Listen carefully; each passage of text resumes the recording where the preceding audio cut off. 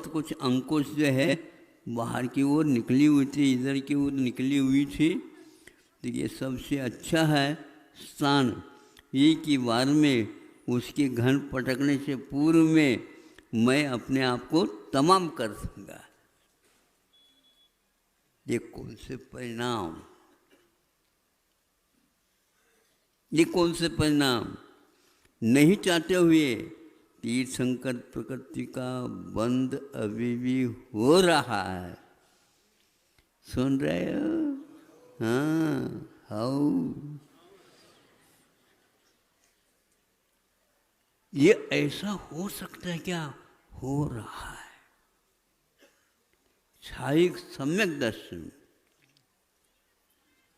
16 कारण भावनाएं सत्ता में तीर्थंकर प्रकृति पहुंच गई है, वर्तमान में भी पहुंच रही है, आगे भी निरंतर पहुंचती रहेगी, क्योंकि छायिक सम्यक दर्शन तो छूट नहीं सकता। इसलिए तीर्थंकर प्रकृति का बंधना रुक नहीं सकता। लेकिन इस प्रकार का कार्य कर्म कहता है मैं छोड़ूंगा नहीं। समझ में आ रहा है ना? हाँ, आपके द्वारा किया हुआ भाव आप आज नहीं चाह रहे हैं, लेकिन फिर भी वह कहता है दंड तो तुम्हें मिलेगा, थोड़े से माफ कर दो। पहले साफ करो, नहीं समझे पाप को, फिर बाद में माफ, उसके बिना होगा ही नहीं। उसके पास सामने आप रो चिल्लाओ, निकाह चित्त में कोई अंतर पड़ने वाला नहीं है। ऐसा कौन सा निकाह चित्त का उदय आ रहा है? अब आगे जाकर के नरकायु का उदय होना है। नरकायु के उदय होने से पूर्व में उसके परिणाम में रौद्र ध्यान आना अनिवार्य है, संक्लेश परिणाम होना अनिवार्य है। ऐसा अनर्थ तो आत्मा को भी उसने नहीं समझा और मार डाला। मरने और मारने को जो तैयार होता उसका नाम असंयमी कहलाता है। मरना भी चाहेगा स्वयं अपने को, और दूसरे को भी मारना चाहेगा। दूसरे को तो मार नहीं सकूंगा, मैं खाली हाथ वाला हूँ, और उसके हाथ में घन है, वो इसीलिए आ रहा भागता हुआ। किसी का नहीं तो किसी खोलना होता दरवाज़ा तो किसी से द्वारा खुलवा देता, राजा है वो तो नहीं। इसका अर्थ ये है कि वह स्वयं मुझे मारना चाहता। ऐसा भाव क्यों? क्योंकि इसने सैनिक ने अपने जीवन काल में, मुनि महाराज मासोपवासी थे, 3 बार आएगा, तीनों बार में निकले, आहार ही नहीं हो पाया। इसने बंद बांध लिया, वैर बांध लिया, उसको देखते ही वैर। चलना थी ना उनकी पत्नी, हाँ, उसके मन में भी इसी प्रकार के भाव क्यों होते थे? इसी के कारण। ऐसे एक व्यक्ति कोई अनर्थ करता है और बाद में पश्चाताप भी करता है, तो परिवार के साथ भी वह घटित हो सकता है, स्वयं के साथ भी वह घटित हो सकता है, पर के साथ भी घटित हो सकता है। ऐसा यह संसार है बंधुओं। कटुक से कटुकतर कटुकतम है, इसमें मिठास कुछ भी नहीं है। फिर भी ये संसारी प्राणी उस कटुकता में मिठास की खोज कर रहा। धन्य हो आपकी खोज, धन्य हो आपका अनुसंधान, धन्य है आपका शोध प्रबंध। लिख डालो। न स्वयं की उसकी भाषा भाव समझ में आएगा आने नहीं देगा वो कर्म। उसको मिटाना चाहोगे तो भी नहीं मिट सकेगा वो तो वज्रलेप हो जाता है। तो वह हजारों वर्षों के लिए किसी प्रकार से मिट नहीं सकता। इसलिए वैर मत बांधो। यदि बांधना ही है अपने किए हुए अज्ञान और कर्मों के ऊपर बांधो कि मैं छोड़ूंगा नहीं, तुम बंध गए हो, मैं तुमको छोड़ूंगा नहीं, पर पालती मार करके बैठ जाओ, संभव है उस कर्म को भी पसीना आने लग जाए। लेकिन आप पसीना से पहले लथपथ हो जाओ तब की बात है ये। तीनों ऋतुओं में विषमता में भी वह इस प्रकार सोचता है तो संभव है।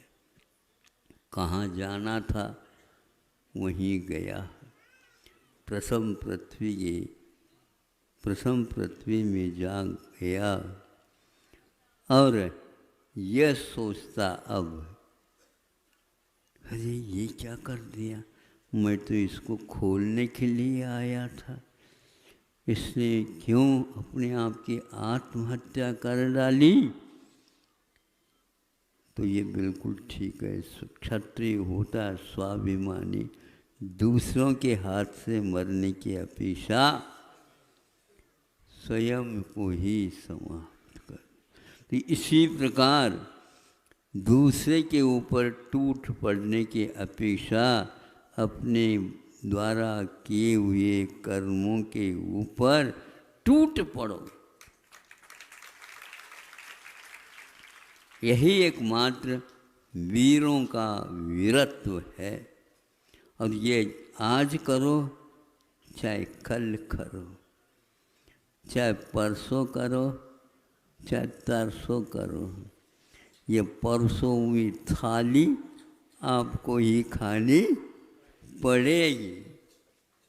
अब परोसना नहीं इस प्रकार के थाली को जो इस प्रकार की दशा हो सके। अभी दुखमा काल आना शेष है। बिस्तर बांध लो अच्छे ढंग से, नहीं तो पक्का है उसके चपेट में कौन आएगा क्या पता। अब यह कृपालु है पंचम काल, अभी पंचायत चल रही है, इसलिए पंचम काल इतना क्रूर नहीं। जो पंचायत ही नहीं रहेगी उस समय देखो क्या होगा। यहाँ पर क्या होगा, आप बच नहीं सकते, पिसना ही पड़ेगा उसमें। सबके साथ ज्यों के साथ घुन भी पिसेगा ही। हाँ, तो सबको पिसना पड़ेगा।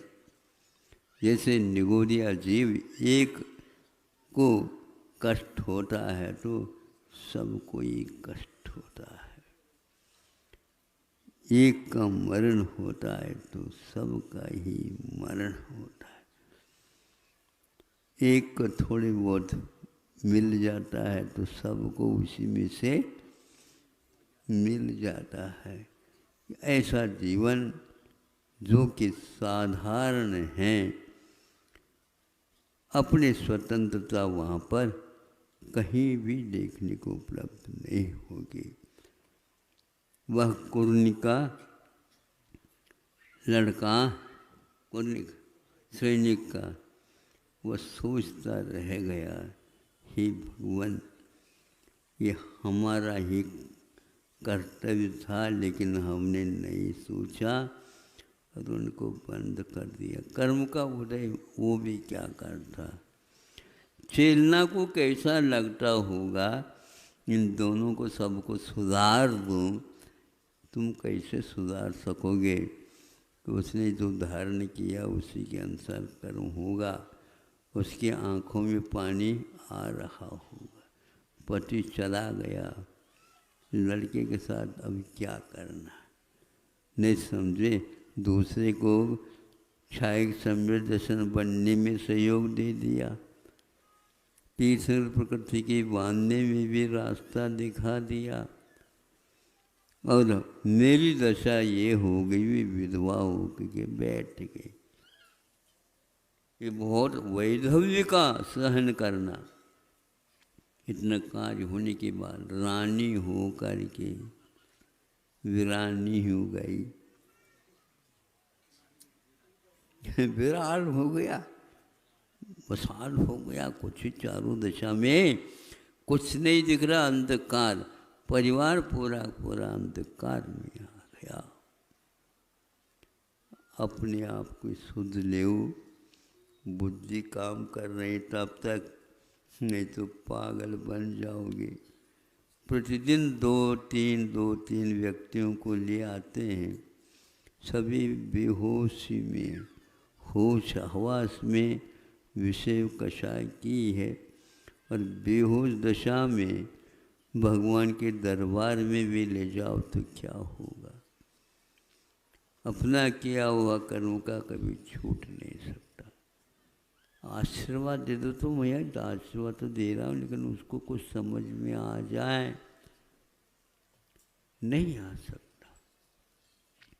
सब कुछ परतंत्र है, दिखना बंद हो सकता है, नाक काम करने नहीं, जिह्वा भी काम नहीं करे, सुने भी नहीं, छुए तो पता नहीं, पांचों इंद्रियां गायब, और फिर भी मन में कुछ भी, वो भी गायब हो गया, तो उस समय आत्मा को कौन संबोधित करेगा।